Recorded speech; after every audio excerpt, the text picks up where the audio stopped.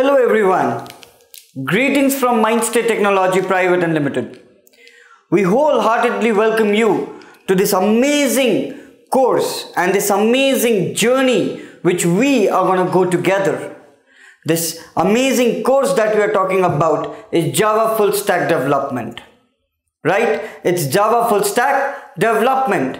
And here we from Mindstate Technology, we will take you through this entire journey of lectures, and then at the end of the journey, you can proudly say that you will become one amazing full stack developer with the language Java. I am Siddharth Siroia and I am a senior technical trainer here in Mindstate Technology Private Limited.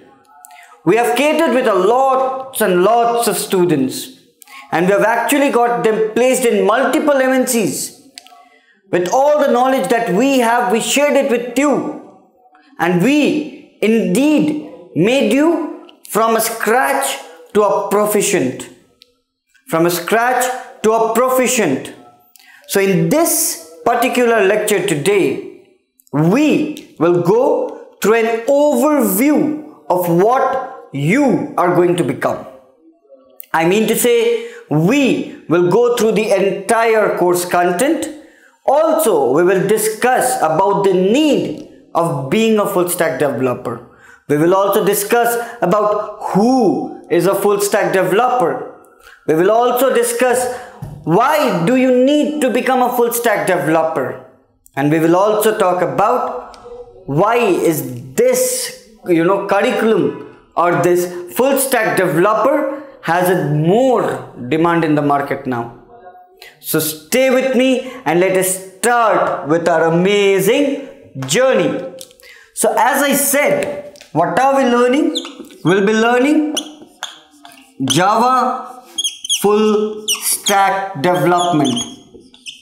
Okay, we will be learning Java Full Stack Development.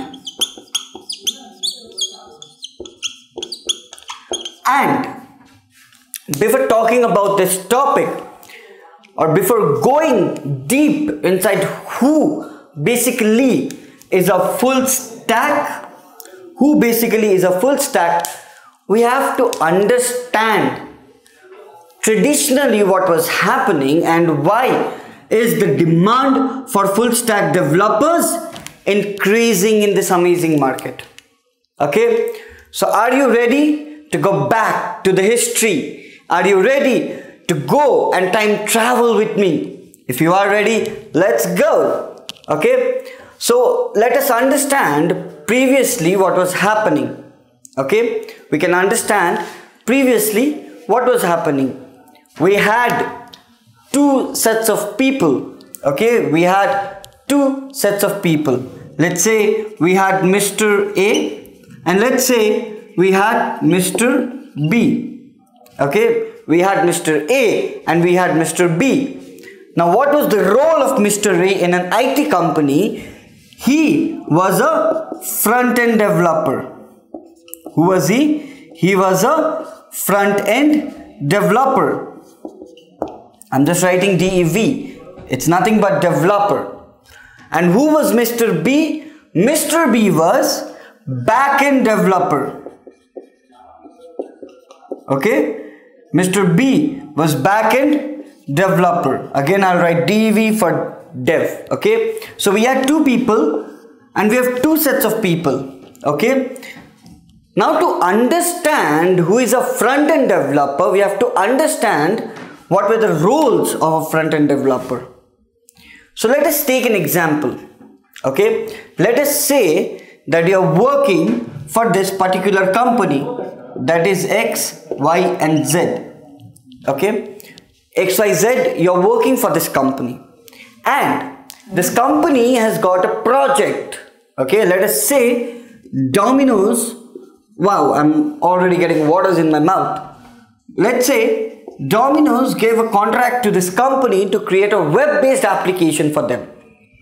Okay, so previously, okay, this XYZ company had two people, Mr. A and Mr. B. Okay, it had two people, Mr. A and Mr. B. Mr. A was the front-end developer, Mr. B was the back-end developer. Okay, now what happened is, in this scenario, XYZ company, the management told, okay, the person, Mr. A, okay, to create the front-end, development, and Mr. B to do the back-end development. So, whenever we talk about the front-end development, what we mean is, let us say, this is our system. Okay, this is our system, and in the system, let us say this is our website of Domino's. You have typed in www.dominos.com. What is going to appear in your screen? You will see a website, right? You'll see a website. Now, in this website, if you see, you might have login here. You might have few details here. The logos and everything will have the logo here, right? 2 dots and 1 dot. We might have the logo here. And also what do we have? This section will all be about your home page, your types of what options you want. This entire section will have your different types of pizzas. What is your favorite pizza? Mine is Farmhouse, guys, right? Okay, let's not get too hungry and let's get back to the content. So you'll have the different types of pizzas here, and what are you gonna have is, in this section you might have the add-ons. Okay, you might have the add-ons here. So let us say this was the website. Let us say this was the website. Now a front-end developer works on the visualization that you see in your website, right? This website is looking so appealing to all of us, right? This is looking so appealing to all of us. And who does this work? Who makes it visually so appealing? The front-end developer. The front-end developer uses his skills, his skill sets, and makes this an amazingly visible or visually appealing, application or, website. Now, let us talk about the backend. Okay. Now, after that, let us say this was just the front end part. Now, you had a lot of things to do. Connect to a server, and connection of a server was required. The database had to be managed, right? And you had to do all of that with the help of a language, programming language. So here we are talking about this language called Java. Okay, excuse me, in the backend section. And we're talking about this amazing language. We're talking about Java. Okay, so as a backend developer, what are you doing is, you are managing the database, the integration of your database with your website system, your integration of your servers with the system using servlets and all of that, right? And doing some complex coding so that the backend, the data is secured by the security features. So all of that is done by whom? Is done by the backend developer. So backend developer does something which is visually not there in front of you. That is in the backstage. Let us take an example of a movie, right? We have heroes, we have heroines who are in the movie, who are the face of that movie, because of whom the movie is becoming very amazing, right? Let us take an example of KGF, right? KGF, Prashant Neel, an amazing director, right? Now, we had Yash, we had Sanjay Dutt, right? We had Sunidhi Shetty. So all of these people made that movie amazing, visually amazing by their acting skills. That is your front end, visually in front of you. But behind that, we had the audio team, we had the VFX team. We had many people who were working, who are not visually in front of us. So all that crew member is your backend, who are also working into the same application or thing. In case of movie, they are working into the same movie to make that movie much better. So that is what your backend developer is. Okay, that's what your backend developer was. So what happened? Companies realized that they are investing money in two people here. One is doing front end, one is doing back end, and what they found was it was difficult for them to get, making a connection between these two people. For some cases, this person would have said yes to something, this person would have said no to something. So what happened? They tried to figure out a solution, and the solution that they got was Mr. C. Mr. C. Because what Mr. DC did, he did the entire work that Mr. A and Mr. B did, right? Mr. C did the entire work, the front end, the back end, the database management, everything Mr. C was doing it.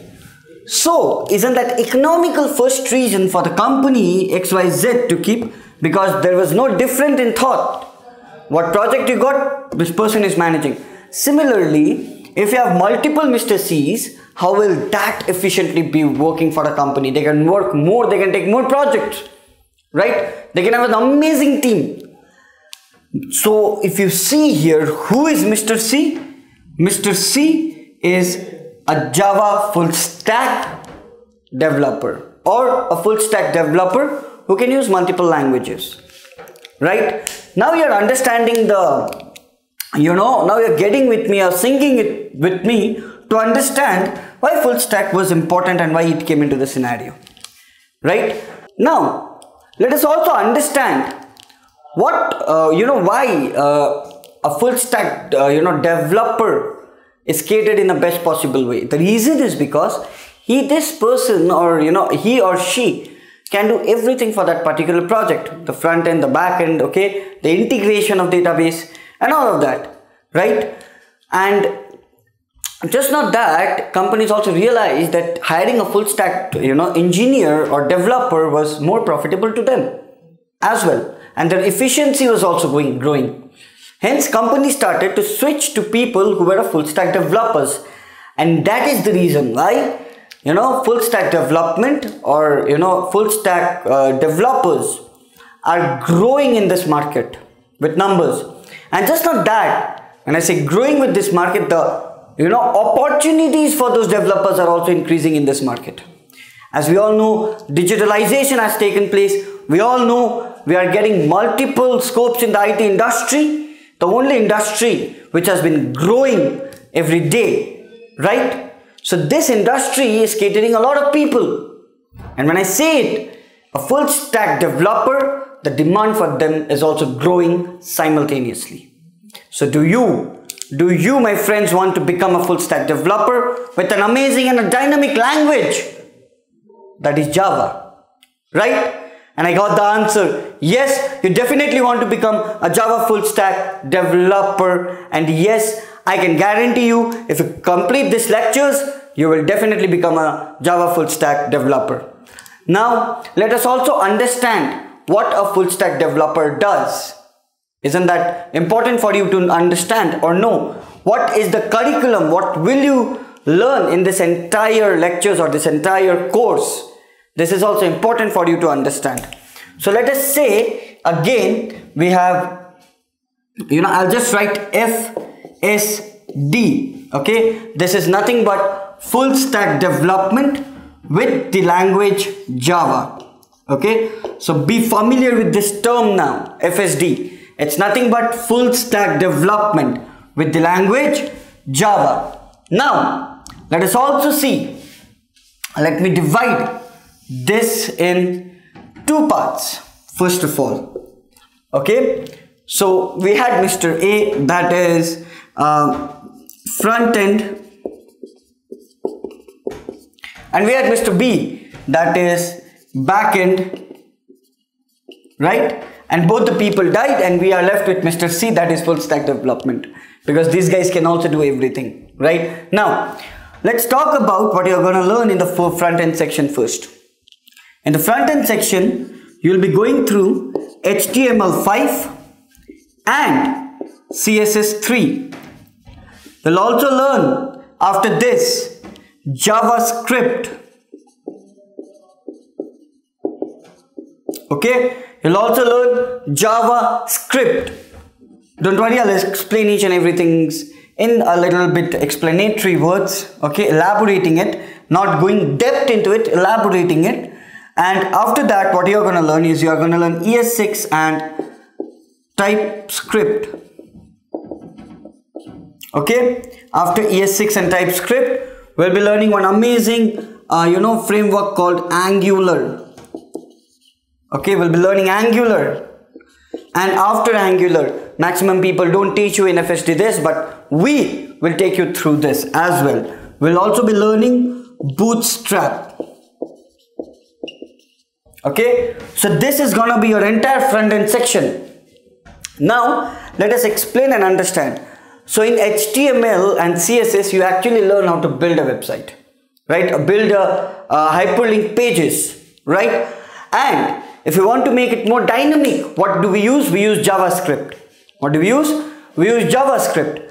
Now, if you want to learn more or get to understand more advanced things, that is what ES6 and TypeScript is. That is what ES6 and TypeScript is. We also call it, okay, the superset of JavaScript.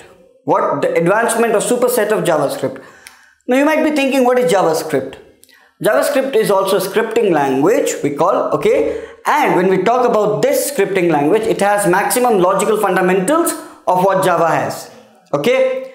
After all of these basics, we'll be going to Angular, guys. We'll be going to Angular, and in Angular, what we are gonna do is we'll be learning this amazing framework, and you'll understand how you can create that components based model through an IDE, integrated development toolkit, easily, right? Easily, where everything is there in a single page for you.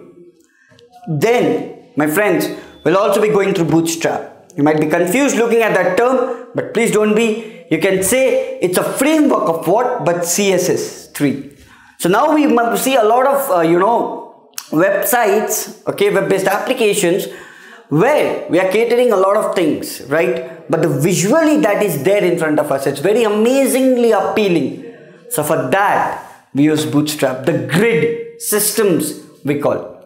So this is what we'll be learning in the entire front end. Just the front end, right? You might be shocked, but just the front end. Now let us go to the back end section. Let us go to the back end section. Now whenever I said we'll be learning about the backend, okay, I always meant to say one language here. That is what? Java. So here we'll start off with core Java. We'll understand what Java is. We'll understand what a programming language is, right? And then we'll go forward, okay? We'll go forward and we'll get the fundamentals of what Java is, the basic concepts. Right? How to write a code, where you can compile this code, what is a compiler, all of that we'll learn in details. All of that we'll understand how we can do with Java, right? We'll understand the basic fundamentals, the OOPS concept and all of that. Then we'll move forward with the advanced part of Java. What will we learn in advanced part of Java is, see, basically few features of advanced also comes in code. Right? But I frame it in a different way. So you have to sync with me so that you get a better understanding. So few complex things are also there once you complete the basic parts. Right? As in exceptional handling, we have interfaces, we have other topics also as in multi-threading, right? So all of those collection frameworks, all of those I put into advanced Java. Don't worry, we'll cater all of that together. Once we are done with that, in the next section, we'll learn about Maven tools. We will learn about what? We will learn about Maven tools. Isn't that amazing? Isn't that amazing, guys? We'll be learning about Maven tools. And after Maven tools, we'll be learning about what? We'll be going through the servlets. We'll be going through the servlets. We'll also learn the JSP section. And after servlets and JSPs, we'll be going through JDBC. Okay. Now when we reach the JDBC section, we'll learn the very basic databases. We'll learn the very basic databases that we have, that is MySQL and Oracle. We have MySQL and Oracle. Now after this, what are we going to do is in the backend section, we'll be learning few frameworks. When I say frameworks, we have Hibernate as a framework and Spring as a framework. And in both sections, we'll be getting into the details, the CRUD operations. Hibernate is nothing but an integration between your code and your database. Spring is a framework which helps you, to create dynamic, backend codings using beans and containers, right? And inside Spring, we have Spring Security, we have Spring Boot, we have Spring MVC, and we have a lot of things, right? But this is not the end, my friends. Generally, people don't teach you this. We'll also go through Mockito framework, okay, which is a part of JUnit testing. So yes, this, my friends, that you are seeing in this board with my eyes as well, right, is something that you'll be learning in this entire course. Yes, you'll be learning all of these in this entire course. How cool is that? How much knowledge you'll be gaining. And make my words, guys, take my words, okay? Actually, we had done a lot of brainstorming for only you, so that we can sit and talk, okay, and bring a content for all of you that the industry requirements are. So we got to understand, we spoke to multiple companies and understood their requirement, and yes, after that we brought this, okay, we brought this to all of you. We brought this to all of you. So isn't this amazing? Isn't this amazing? So I have a question for all of you. Are you ready to go on this journey with me? Because here we will start from the scratch and will make you a proficient. So yes guys, let us quickly recap what we had done previously. So previously we spoke about this amazing course, this entire course that you will be going through, right? We spoke about who is a full stack developer, and we also told you about which language you will be using. We also told you about which language you will be using, that is Java. So let us get into the technical parts now, that is in Java. But before, I always do that, I know, and yes, that's the best part. Before talking about Java, we also have to understand what is Java. So what is Java? Java in basic term is a programming language.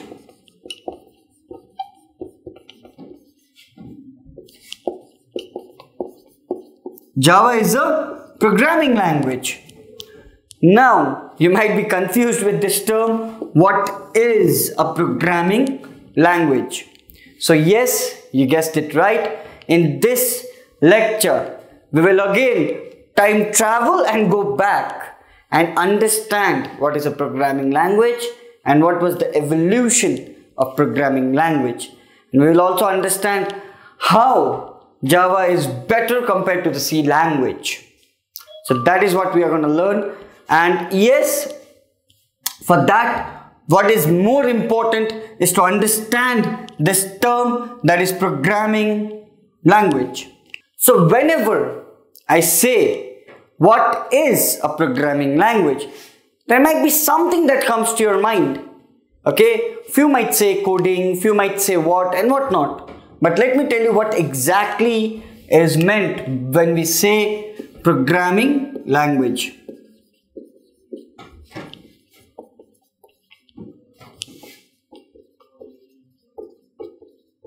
Okay, so what is a programming language? So the perfect definition of programming language is, it is a set of instructions. It's a set of instructions. Okay, remember that. What is it? It is a set of instructions which is compiled, together. Okay, which is compiled together.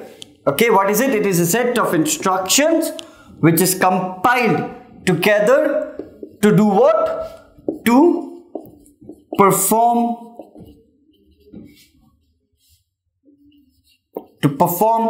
specific tasks.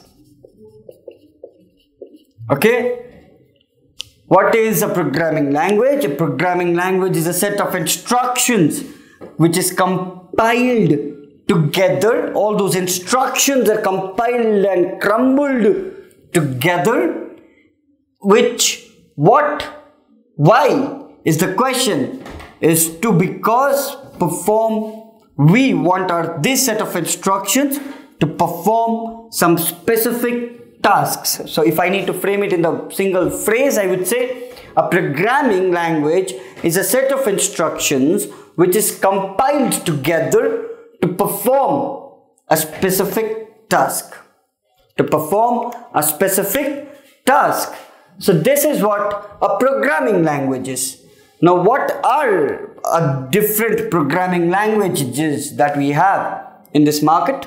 We have C, we have C++, we have Java, okay, we have Python, and many more, So all of these are what? These are my programming languages. Now, you can do a certain instructions, you can do the same set of instructions with all different programming languages. But what is the difference, if you ask me? It's the syntax that is there for all. It's the way how you do that set of instructions is different in all of these languages. So now let us also understand the evolution of programming languages. So now you know what a programming language is. So now let us also understand the evolution of programming languages. So what we had when we talk about the programming languages, we have 5 generations that we're talking about, right? So let's say this is the first generation. Okay, this is the first generation. We have second generation as well. We have third generation as well. We have fourth generation as well. And last but not the least, because we also know many more upgradations will come, we have the 5th generation as well. Now let us understand in detail what were the languages in all these generations. Let's understand what were the languages in all these generations and the evolution of programming language. So whenever we talk about the first generation, we always talk about the first language that we had. So we all know what that was, machine level language. Yes, all of you? We had the machine level language. Okay, we had the machine level language. Now the machine level language could only understand 2 things, 0 and 1. We all know that the machine level language could only understand 2 things, that is 0 and 1. And that was the starting of programming language. That was the starting of programming language, where you were giving a set of instructions to the CPU to do or to perform a specific task. Okay, now what was happening in the first generation was, coders were feeling too much, there were too many errors and they were feeling too much complicated. Now just imagine in today's world, if I tell you to compile 011010, you will be shocked first of all that what am I trying to say, because this is something you don't know. But yes, previously we used to do it something like this, and that is what we call as the first generation. After that, people said that we need upgradations. We want to upgrade. Let's make it a little easier, or for us to understand. Then we came to the second generation. So whenever we talk about the second generation, what do we have? We have assembly level language. We have the assembly level language. So here what was the difference was, we had few English words. With the help of those English words, we were doing the coding, as in like we had move, we had add, we had sub, all of these and many more. So with the help of these, we were doing few, assembly level work. And also to convert this assembly level words to this 0 and 1, we were using what? We were using assembler. What were we using? We were using assembler. Okay? I hope this is clear to you. So with the help of assembler, the assembler used to assemble these codes and convert it into 0 and 1. And then we used to understand, the CPU used to understand what instructions we are giving to them. So that was the second generation. That was the second generation. Now people were like, okay, now we can make it more simpler and easier for us to understand and do some complex work in the programming world, in the programming language world. The urge never stopped and it will never stop. The urge to upgrade will never stop, and that urge made us come to the third generation. Right, guys? The third generation we are talking, and that is where the the high level languages came into the picture. Okay, languages came into the picture. And whenever I am talking about these high level languages, we are always talking about C, C++, Java, again, Python. Okay, again, we had this Python and many more, R, okay, and many other languages. Now, high level languages were much more easier for the users or for us as humans to understand, right? Because it was more user friendly, it was more human friendly, and with just not that, now to understand for us it was easier.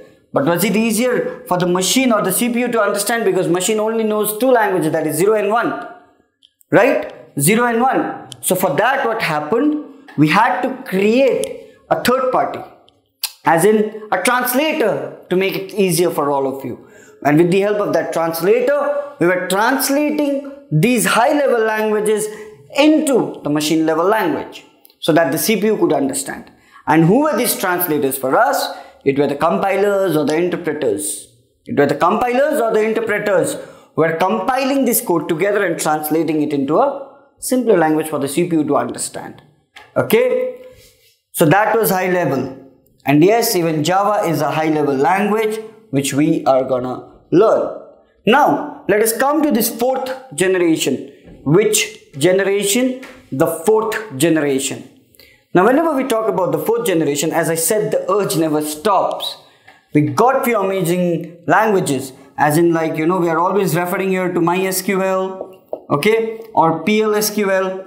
All that's related to, SQL or your database or many more other languages, which basically helps in management, right? Which basically helps in management is what we call the fourth generation. Because in the fourth generation, we understood that yes, with the help of high level languages, we were catering a lot more data. Isn't that correct, guys? We were catering a lot and lots of datas. And to cater those datas, the fourth generation was helping us to solve it. Who was helping us? The fourth generation. Now, we had the fifth generation. So with all of these generations, okay, with all of these generations, what happened was we also are creating many problems. And to solve those problems, in the fifth generation, we had AI level language or artificial intelligence level language to cater or to do the problem solving in this highly digital world, right? In this highly digital world, to do the solving, we had this fifth generation, that is the AI language, to do the problem solving for all of us. And that's the entire generations for all of you. That's the entire generations, the evolution a programming language, where it started from and where it is right now. Where it is right now. So, also to make you understand, this first generation and this second generation is what for us? It is also called low level language. This is also called low level language, which the first one and the second one, the first generation and the second generation is also called low level language. Okay, you just keep that in mind. So now we understood the evolution of the programming languages. We understood what was the first, the second, the third, the fourth, the fifth generations, right?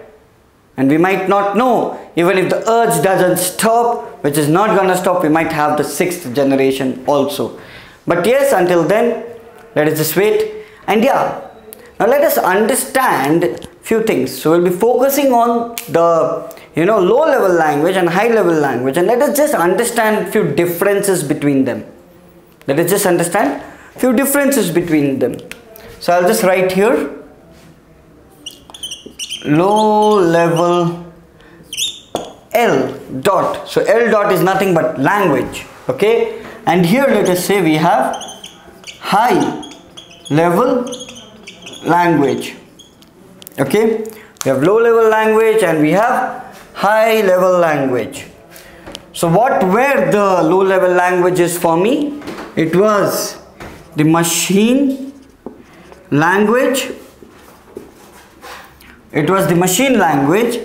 and the assembly level language.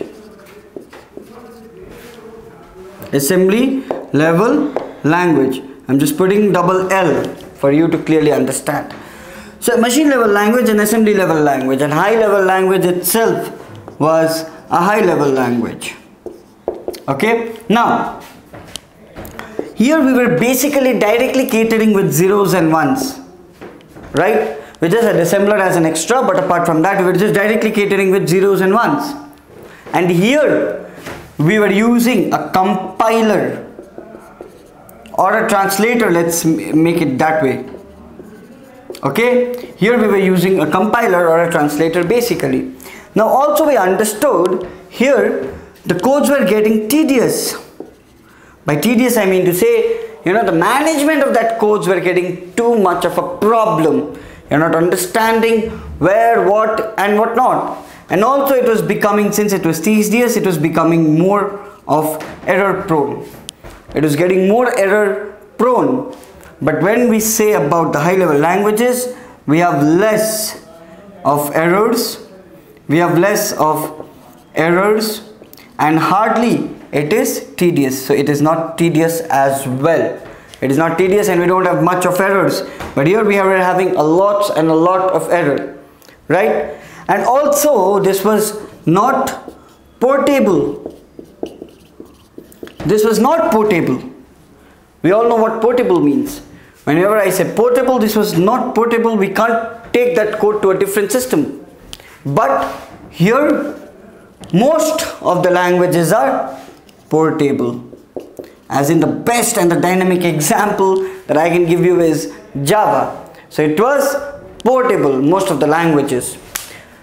So when we talk about the differences of low level and high level, we are also talking about the upgradations that it has brought, right? The upgradations that it has brought. It has been more error free, more portable, right? And it was tedious here, it is not tedious there. It was dealing with zeros and ones directly. And this is using a translator or a compiler to talk to it. It's using a translator or a compiler to talk to your codes or to your CPU, right? So this is the basic difference between the low level language and the high level language. So I hope you are clear with this. And let us also talk about the two differences in the high level language, as in C and Java. Okay, so now you have understood the basic difference between low level and high level. So let us get a small difference between the C language and the Java language, right? You all love to see me when I ever say Java, because I love this language from the core of my heart, right? I love this language from the core of my heart, and if you be with me, even you will fall in love with this language. But yes, let us talk about C language and let us talk about Java. Okay, let's talk about C and let us talk about Java. So whenever we talk about C language, we have to understand few things. Okay, the first point is, it is not an object oriented programming language, but it is procedural programming language, PPL we call it, right? It is procedural programming language, PL. And whenever we talk about Java, Java is nothing but object.